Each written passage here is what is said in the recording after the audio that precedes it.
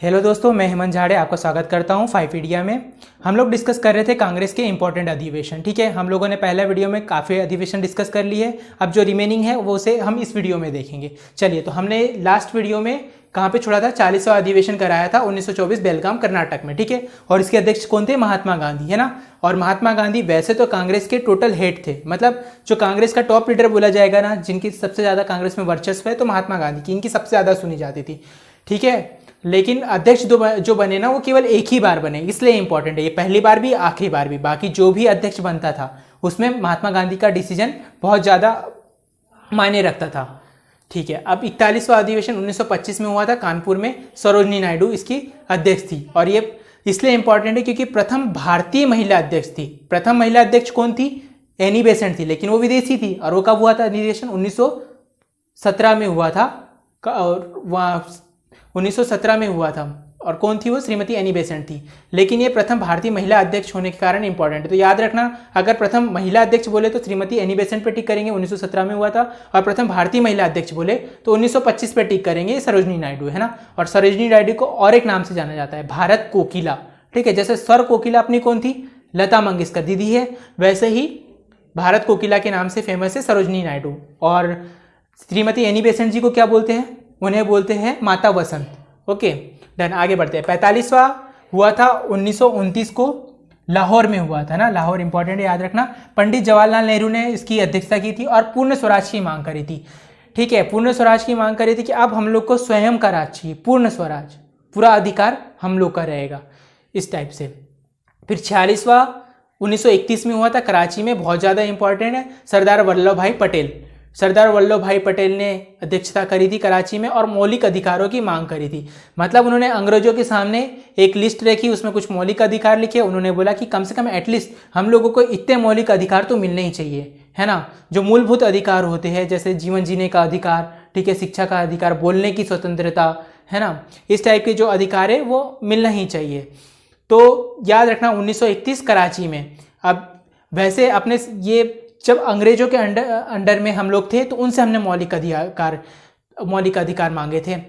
लेकिन जब हमारा देश स्वतंत्र हो गया तो कुछ अधिकार हम लोगों ने, हमारे संविधान ने भी हमको दिए। तो हमारे संविधान ने हम लोग को करीबन 10 मौलिक अधिकार दिए हुए हैं, जो हमें, जैसे जीवन जीने की स्वतंत्रता, बोलने की स्वतंत्रता, ठीक है, सभा करने की स्वतंत्रता इत्यादि हम लोग को स्वतंत्रता दी हुई है, अधिकार दिया हुआ है। तो ये हम लोगों ने कहाँ से लिया? रूस से लिया है। 1976, है ना, 42वां संविधान संशोधन हुआ था, तब हमने रसिया से लिया था।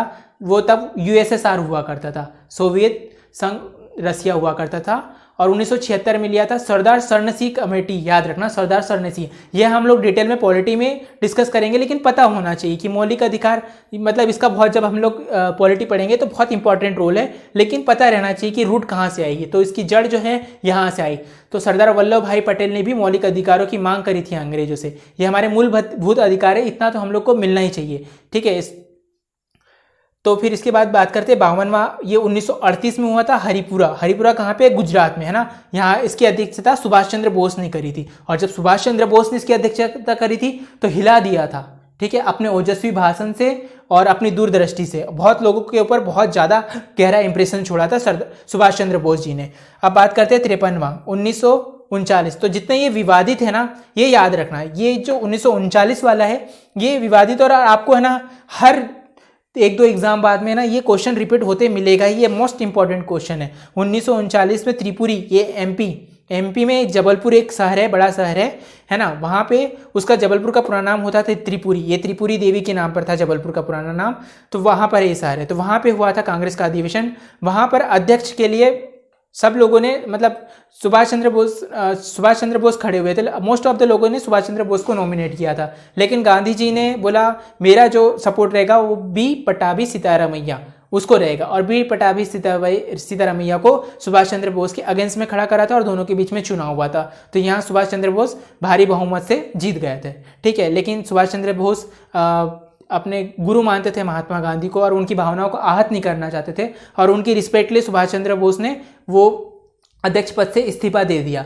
और उसके बाद सुभाष चंद्र बोस ने अपनी आइडियोलॉजी, जो उनकी आइडियोलॉजी थी, जो महात्मा गांधी को पसंद नहीं आई थी, मतलब पसंद नहीं आई थी इन द सेंस कि उनकी विचारधारा मैच नहीं खाई थी। उसी को आगे बढ़ाने के लिए कांग्रेस के अंदर ही एक फॉरवर्ड ब्लॉक का गठन करा था मई 1939 में। तो ये दोनों चीज़ें बहुत ज़्यादा इंपॉर्टेंट है, ये याद रखना है ना। और वो भी पटाभी सीतारामैया का भी नाम याद रखना है। ये पटाभी सीतारामैया ही आगे चल के मध्य प्रदेश के प्रथम राज्यपाल बनते।